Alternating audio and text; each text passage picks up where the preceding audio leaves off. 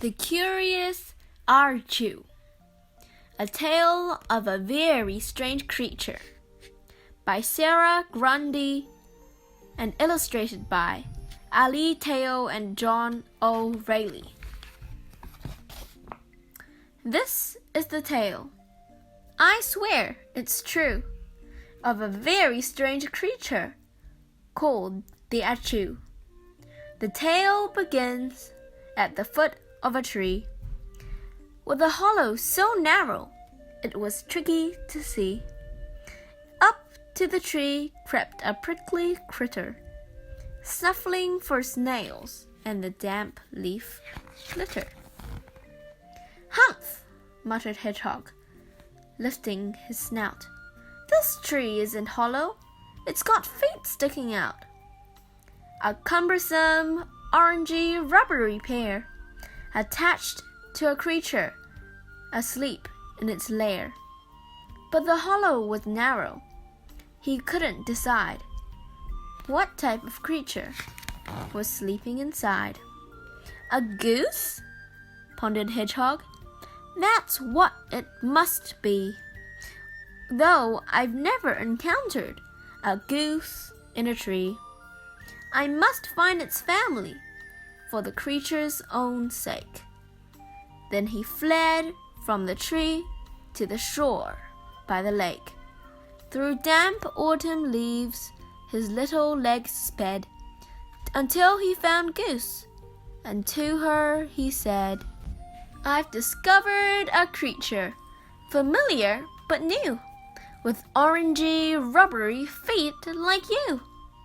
It's lying asleep in a lair in a tree. What do you think such a creature could be?"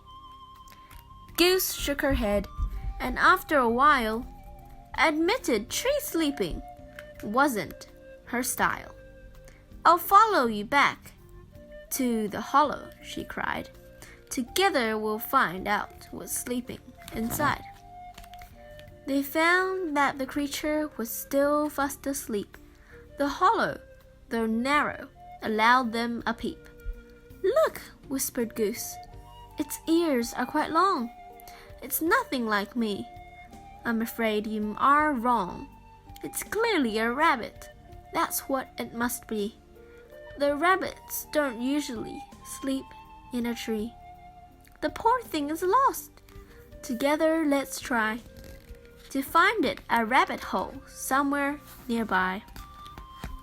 Through the grassy green meadow their little legs sped, until they found Rabbit, and to him they said, "We've discovered a creature with ears just like yours, but with 2 rubbery feet where there should be 2 paws.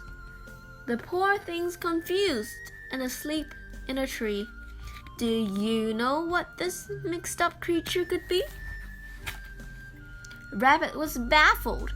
"I don't have a clue. Let's not waste time in thinking it through. We'll go right to it. We must set it free." And he went with them back to the old hollow tree. Through a carpet of ferns their eager legs sped. News of the creature has started to spread.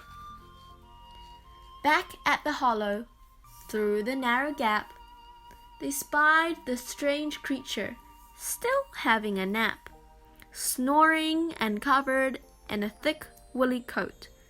"A lamb?" puzzled a hedgehog. "Or maybe a goat." "I can't tell," said the rabbit. "It's all such a blur." But then the strange creature started to stir. "Run!" shouted Rabbit. "No, fly!" Goose replied. "It's coming!" cried Hedgehog, as they scrambled to hide. They wrestled and jostled to get a good view. The creature emerged and let out an achoo! The friends fled in panic, as fast as they could, over tree roots, through puddles, to the edge of the wood. They scared all the birds as they stumbled and flew from the frightening, surprising, astounding achoo! When the panic subsided and the forest was calm, they realized the creature had meant them no harm. As strange as it looked, it was lost and alone. So together they pledged, we must give it a home. What an interesting friend that Archu will be. But it never returned to the old hollow tree. They searched far and wide, over hills and down trails.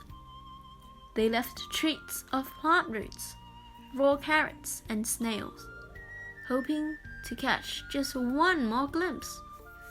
But all that remained were peculiar prints. So ends the tale, but the rumor persists of something so odd. Does it really exist?